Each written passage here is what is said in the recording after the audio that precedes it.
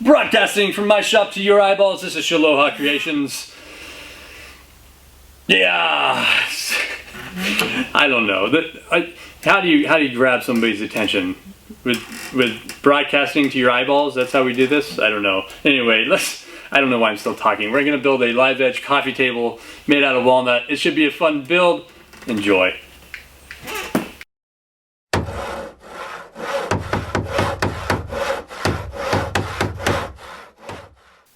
Welcome YouTube, and today we are working on a live edge table. Here I'm just outlining these cracks to make a well for epoxy to go in so it doesn't just spread out over the table. Keeps it where it's supposed to be. And yes, I so badly want to make a joke right now, but I will refrain. But I so badly want to make a joke.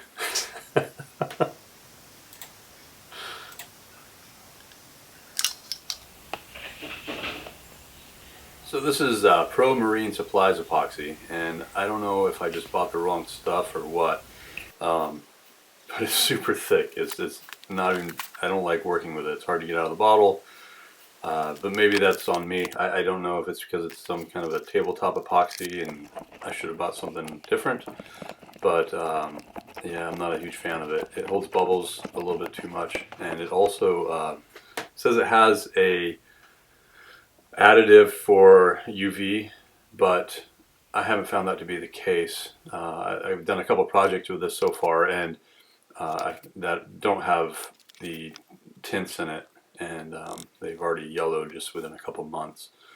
So I think I'll try something different the next time around.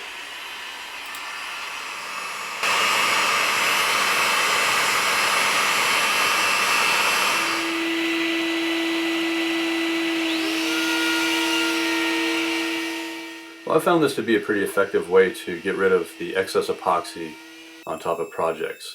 Just a couple of 1-inch pieces of scrap material and your router. And as you can see here, it works pretty well.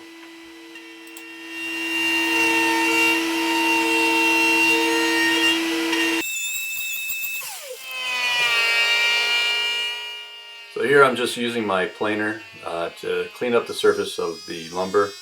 This is not to level it as much as it is to just clean the surface of imperfections and get it ready for sanding.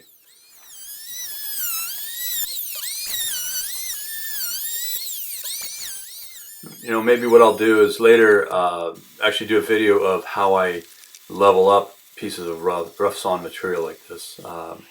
As you see, actually on my table here, you can see the piece of metal that runs along the outside edge. Those are outriggers that I can pull out, level up, use my router in a box and slide along the outriggers to level pieces on the table. That may not make any sense. There are other videos on YouTube, several videos on YouTube of this process. One of the better ones that I can think of is actually by Samurai Carpenter, and I'll try to add a link here in the video to that. And as with any good woodworking project, what would it be without sanding? Yes, the mundane process of changing paper, going through the grits, which I think I take this down to 320.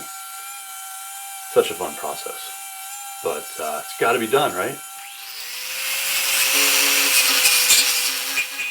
Using a grinder with a wire brush is a pretty quick way of taking down, or cleaning up, I should say, the live edge on a piece of wood like this. This is a little bit more aggressive wire brush than I typically use for this process. I left a few marks that I didn't like, so I had to come back over it with a sander, which made it a little bit more work, but in the end it came out nicely. And here I'm using I don't know if it's Arbortech, I forget who makes this one, but it's basically a grinding disc that has some gnarls on it that takes the material off quickly. This section that I'm using it on was a branch that was cut off, and so I wanted to make it look, you know, close to or similar to the rest of the live edge, so I'm just kind of fauxing it in.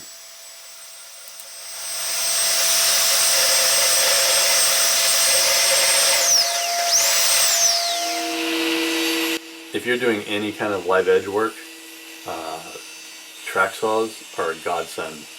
I absolutely love this saw. In fact, the reason I bought this saw was for this exact purpose. And now I've found 1,000 other uses for it. It's a great tool to have in the shop.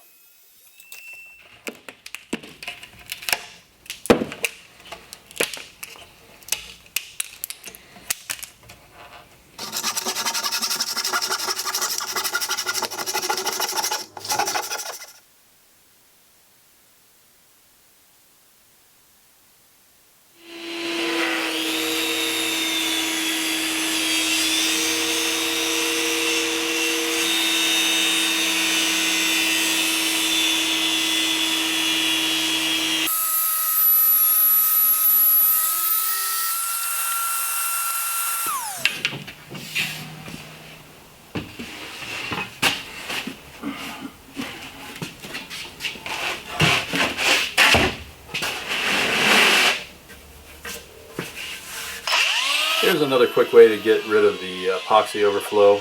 This is on the back side of the piece that has the tape on it. This is actually another quick way of doing it. Unfortunately, it just throws so much dust into the air that I prefer the other method using the router.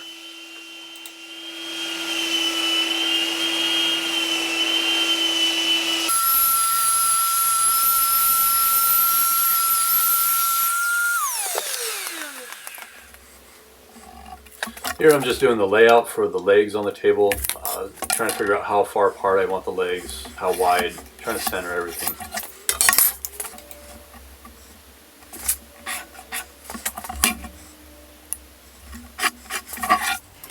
So I'm making these contemporary legs on the table that are kind of thin, but they're also going to have metal attached to them.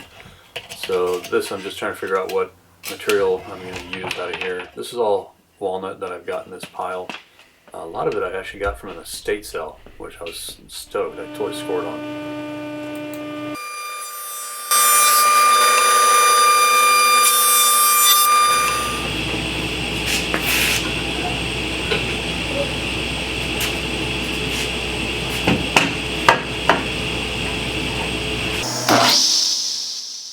Not only do I do woodworking, but I also do magic. Look at this. Squinty face, no mask, no glasses, and then boom. See that? Yeah, magic. A little bit about me. I used to work for Milwaukee Power Tools. I was a sales rep for them for a few years, and they were a great company. They treated me very well. And so I have nothing bad to say about them. But having said all that, at the end of the day, when I worked for them, it was just a job. It was something I did to make money, but I was never fulfilled. I never felt content with what I did. I couldn't look back at the end of the day and say, you know, I did this, I built that, look what I have to show for. But it's times like these, when I'm working in my shop, when the natural lighting's coming through the windows, I've got my book on tape or music playing in my ears, something magical happens and I feel content, I feel fulfilled. And it's times like these that I just love doing what I do.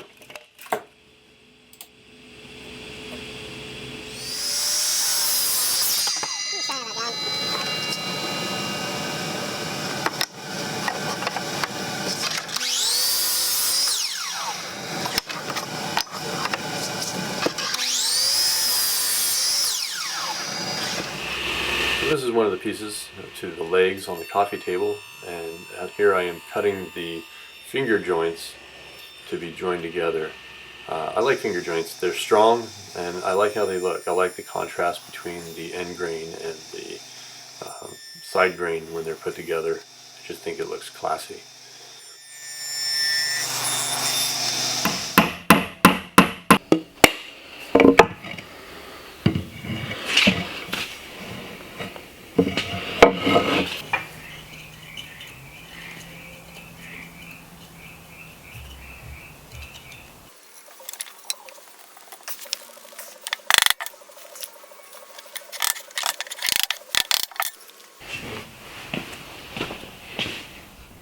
To join the two pieces of leg structures together, I made a mortise here using the Festool domino, and that's the domino right there that I'm going to glue in.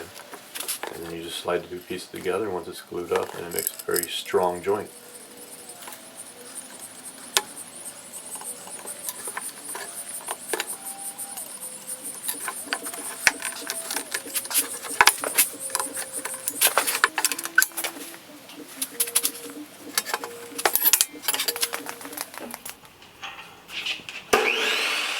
Here I'm cutting some 1x2 square tubing. These are going to slide on to the leg structures to add some contrast to the wood for the legs. And you'll see me here in a minute fastening those on.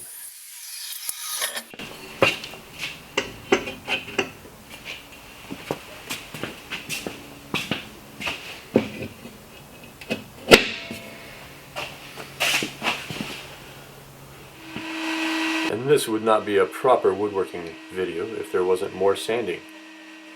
And more sanding. Because we like sanding. And more sanding. Yeah, there is a lot of sanding. Never ending sanding.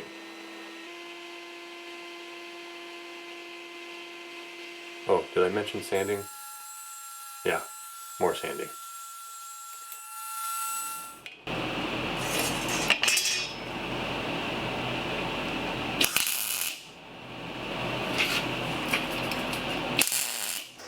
Here I'm just welding on the brackets that are going to bolt the legs onto the bottom of the table.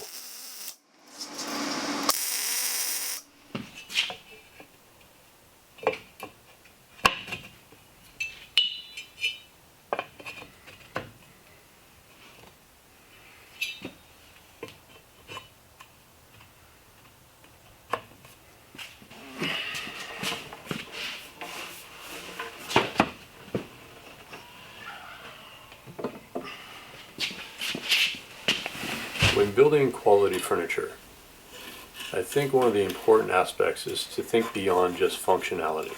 You want to think about design. And what I mean by that is, what is the finished piece going to look like? Does it look like it came out of IKEA? Or does it look like somebody took the extra steps and went the extra mile to make the piece its own, to make it look finished? So from a design aspect on this table, I've decided to make these recessed areas on the bottom to accept the legs. And what this will do is hide the hardware in the table, so that when you flip the table over and you look at it from the side, you're not going to see the hardware.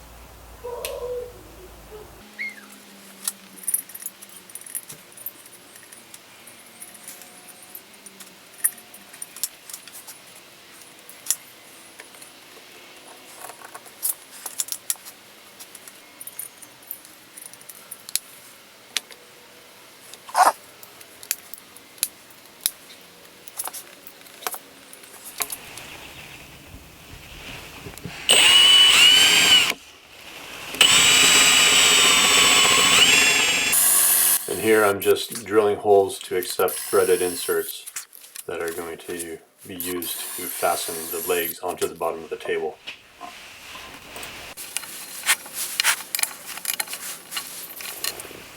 What I'm mixing here is a finish called Rubio Monocoats. I've used it on a couple of projects now and I absolutely love it. There's none of it, no spraying. It just wipes on, buffs out, and makes a very durable finish. And there's not a lot of VOCs, so it doesn't smell at the shop. It's just a really nice product to work with.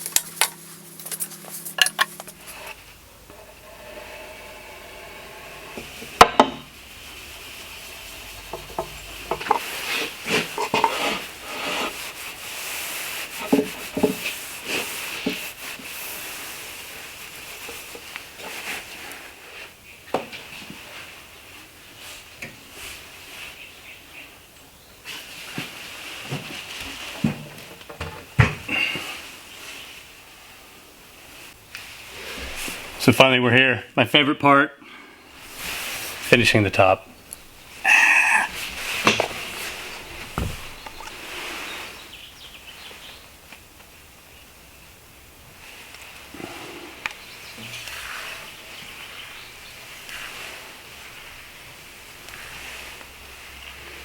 See, this is what I'm talking about with this Rubio monocoats. This is it. This is the process. You squeegee it on, you buff it in, and you're done. None of this building up coats, spraying, high VOCs all over the shop. Just wipe it on, rub it in, and you're done.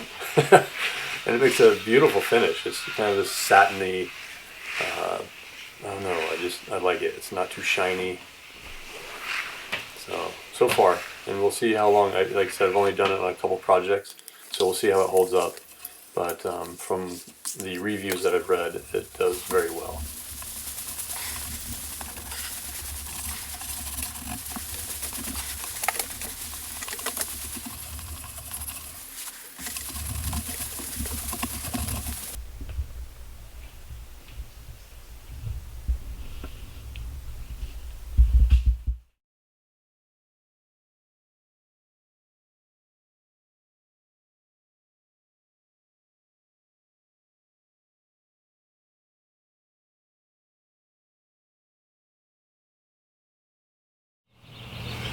Alright guys, that's going to do it for this video, and I appreciate it if you made it this far. I appreciate you being here. If you like these videos, please hit the subscribe and like buttons, and as always, Shaloha.